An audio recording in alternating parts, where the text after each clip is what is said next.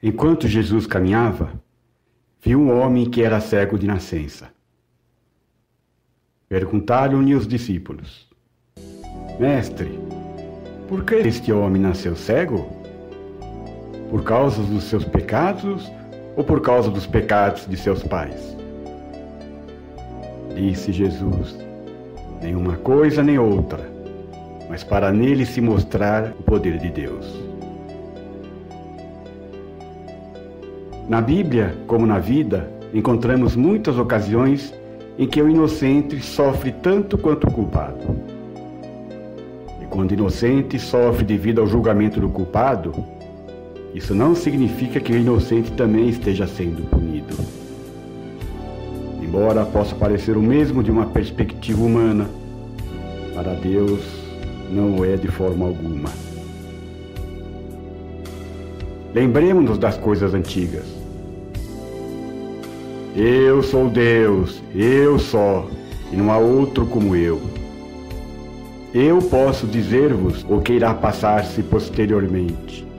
Tudo o que eu digo se realizará, porque eu faço aquilo que proponho. Jesus Cristo declarou: não temam os que podem matar-vos o corpo, sem poderem matar-vos a alma. Temam antes Deus, que pode lançar no inferno tanto a alma como o corpo. Os próprios cabelos da vossa cabeça estão contados.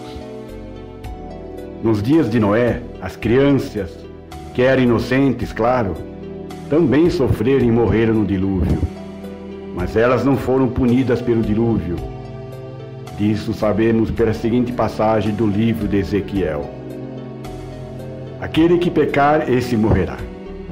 O filho não será castigado em consequência da iniquidade dos pais, nem o pai por causa do pecado dos filhos.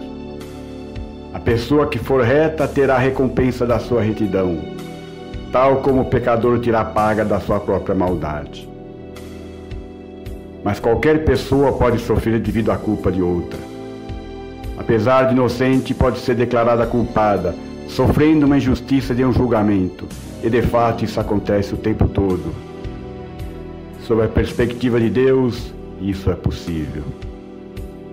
Mesmo porque para Deus a morte é o afastamento da criatura do seu Criador. Em muitas passagens do Antigo Testamento podemos observar o povo de Deus sendo marcado e selado para que não fossem tocados quando o julgamento viesse. Mas também sabemos da morte de muitos justos, juntamente com os ímpios, quando veio o julgamento de Deus.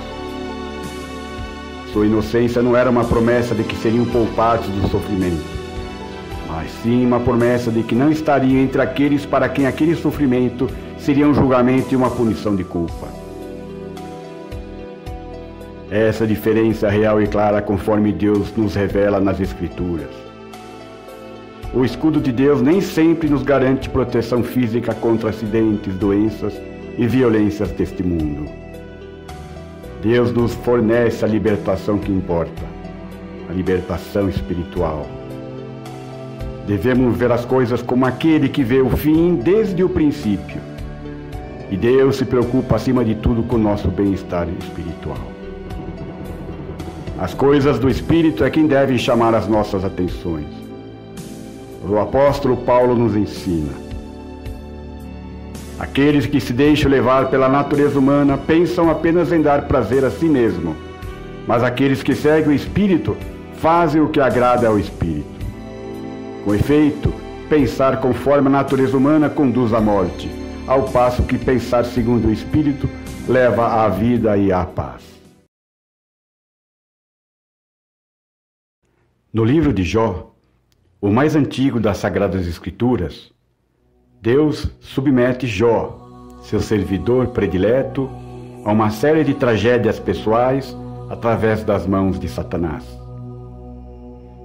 De acordo com o desafio de Satanás, as bênçãos divinas não produziriam verdadeiros justos, pois eles só seriam justos por causa das recompensas que recebem, ou seja, não haveria amor pela justiça por si mesma. Estes foram os argumentos apresentados por Satanás perante Deus. Após fazê-lo passar por toda sorte de sofrimento e infelicidade, Deus questiona o seguinte a Jó: quem é que busca turvar os meus desígnios com palavras sem conhecimento? Agora te prepara, porque terás de me responder algumas perguntas que te vou fazer. Onde estavas tu quando eu fundava a terra? Responde-me, se tens sabedoria para isso. A mensagem aqui é clara. Deus não é obrigado a abençoar os justos, mas a justiça divina é deduzida de sua sabedoria e fidelidade, que estão além de qualquer conhecimento humano. Deus é o único responsável pela criação do mundo e pelo seu suporte soberano. Deus nos ensina que o mundo não foi criado pelo princípio da retribuição, uma tradição da teologia da época que dizia que os justos prosperam e os perversos sofrem. Além disso, ele desafia Jó a criar um mundo físico que se sustenta com este princípio. Em seu epílogo, Deus concede de novo a prosperidade a Jó, sendo uma resposta a Satanás, que ele continuará sim a intervir pelos justos, embora não tenha obrigação nenhuma de fazê-lo sempre. Os amigos de Jó são repreendidos, não por se oporem a Jó, mas por falarem corretamente sobre Deus. Embora sua vida tenha sido restaurada, Jó não demonstra encontrar uma explicação para o seu sofrimento. Para o leitor, Jó não teve culpa de nada. E no final foi justificado, isto é, declarado justo. Mas não pela razão mais óbvia, que é do seu sofrimento, como se costuma pensar, mas por causa da sua grande fé na sabedoria e fidelidade divinas. O profeta Isaías, inspirado pelo Espírito, ponderou: ai do homem que luta contra o seu Criador. Será que o vaso de barro se põe a argumentar contra o oleiro que o fabricou? Já alguma vez se viu o barro a disputar com aquele entre cujas mãos está a ser moldado e dizer: o que estás a fazer? Será que o vaso diz: o oleiro não tem mãos? E mais ainda, só no Senhor há justiça e poder. É o que toda a gente há de declarar. E todos que se revoltaram contra ele voltarão confundidos à sua presença. Jesus Cristo não veio ao nosso mundo para a nossa libertação física, mas para a libertação espiritual. Os fariseus não entenderam isso, e seus descendentes ainda na presente data esperam pelo seu Messias. Yeshua, o último Adão, já veio, e para reverter o mundo do primeiro Adão e restaurar a humanidade e a criação à sua ordem e bem-aventurança originais. Jesus fez isso principalmente por meio de sua morte e ressurreição, quando quebrou as cadeias da morte e abriu caminho para a ascensão da humanidade e da história em direção à nova criação. Embora o pecado e o mal continuem no mundo, Satanás não possui mais a palavra final. A vida humana não termina na sepultura, e graças ao amor de Deus por todos nós, a história humana não será no final uma tragédia, de forma alguma. Assim, vivemos em um mundo imperfeito, no qual a criação está inacabada e incompleta. Nossos próprios sofrimentos, tragédias pessoais e desastres naturais são partes integrantes da sua criação contínua.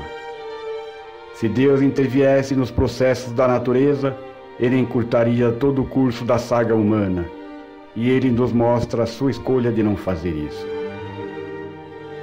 A conclusão é que as causas do sofrimento não são óbvias e nem coerentes, e ninguém possui a sabedoria e a autoridade suficientes para questionar a justiça divina.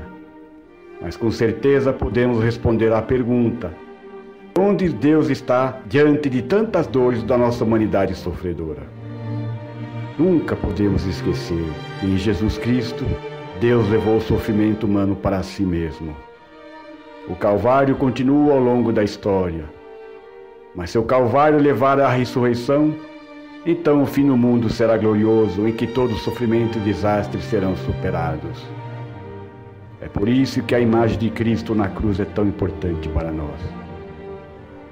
Cristo não está desligado do sofrimento humano, mas inserido permanentemente nele, enviando-nos o seu espírito de esperança, de confiança, de fé e coragem.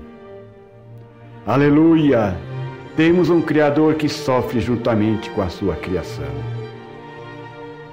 Agora, os que sofrem neste mundo necessitam da solidariedade de seus semelhantes. É por isso que a resposta cristã ao sofrimento não deve ser teórica, mas sim a prática da caridade e da benevolência, da ajuda contínua aos necessitados.